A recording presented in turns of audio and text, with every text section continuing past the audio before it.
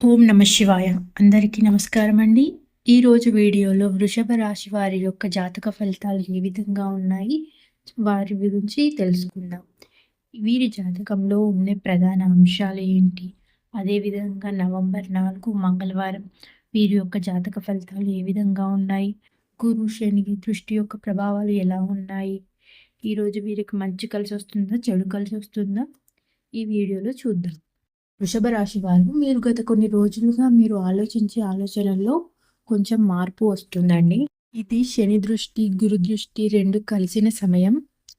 మీరు చేసే ప్రతి పనిలో ఆలస్యం కనిపించినా అది విశ్వం మీకు సరైన సమయం ఇచ్చే ప్రయత్నం మాత్రమే అది. ఉద్యోగం, వ్యాపారం చేసే వృషభ రాశి వారికి ఈరోజు కొంత జాగ్రత్త పడాల్సి ఉంటుంది.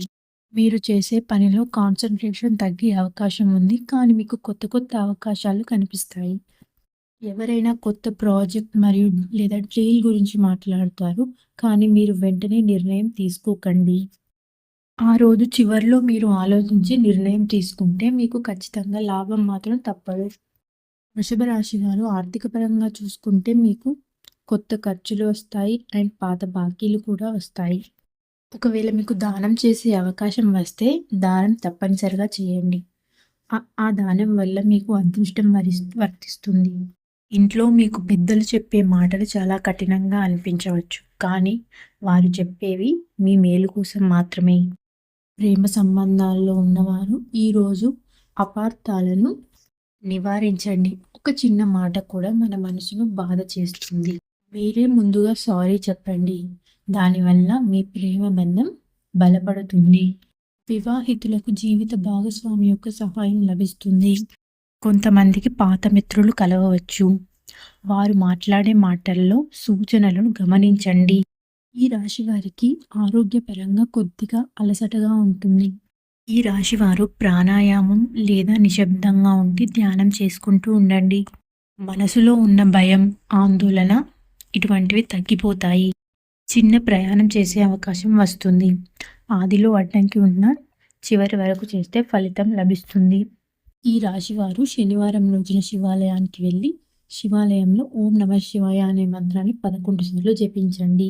ఇలా చేస్తే మీ జీవితంలో ఉన్న అడ్డంకులన్నీ తొలగిపోతాయి. అలాగే మీకు మానసిక శాంతి లభిస్తుంది. వృషభ రాశి వారు ఈరోజు మీరు తీసుకునే చిన్న నిర్ణయాలు పెద్ద మార్పులకు దారితీస్తాయి.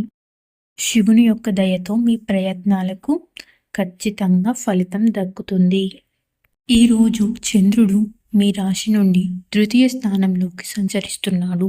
శుక్రగ్రహం ఈ రాశి వారికి శుభ ఫలితాలను అందజేస్తుంది.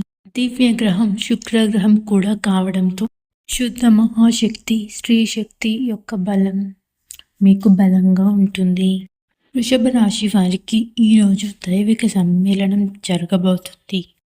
ఈరోజు మీ జీవితంలో ఒక స్త్రీ, ఆమె మీ స్నేహితురాలు కావచ్చు, భార్య కావచ్చు, చెల్లి కావచ్చు, లేకపోతే మీ తల్లి కావచ్చు, లేకపోతే దైవం, మాత, శక్తి స్వల్పం కూడా కావచ్చు.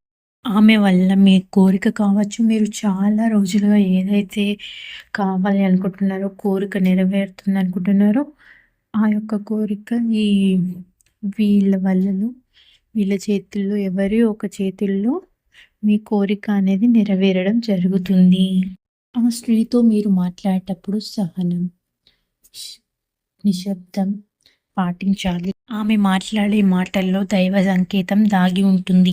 ఆ స్త్రీ వల్ల మీరు తీసుకునే నిర్ణయం మీ జీవితానికి కొత్త దారిని మలుపు తీస్తుంది. ఈ వీడియో కనుక మీకు నచ్చినట్లయితే ఒక చిన్న లైక్ చేయండి. మీరు చేసే ప్రతి లైక్ మా ఛానల్ గ్రోత్కి ఎంతో ఉపయోగపడుతుంది. అలాగే కమెంట్లో ఓం నమ శివాయ అని కమెంట్ చేయండి. అలాగే సబ్స్క్రైబ్ చేసుకోండి. పక్కనే ఉన్న గంట నొక్కండి. నేను ఏ వీడియో పెట్టినా ముందుగా మీకు నోటిఫికేషన్స్ వస్తాయి. Thank you for watching this video. ఓం నమ శివాయ.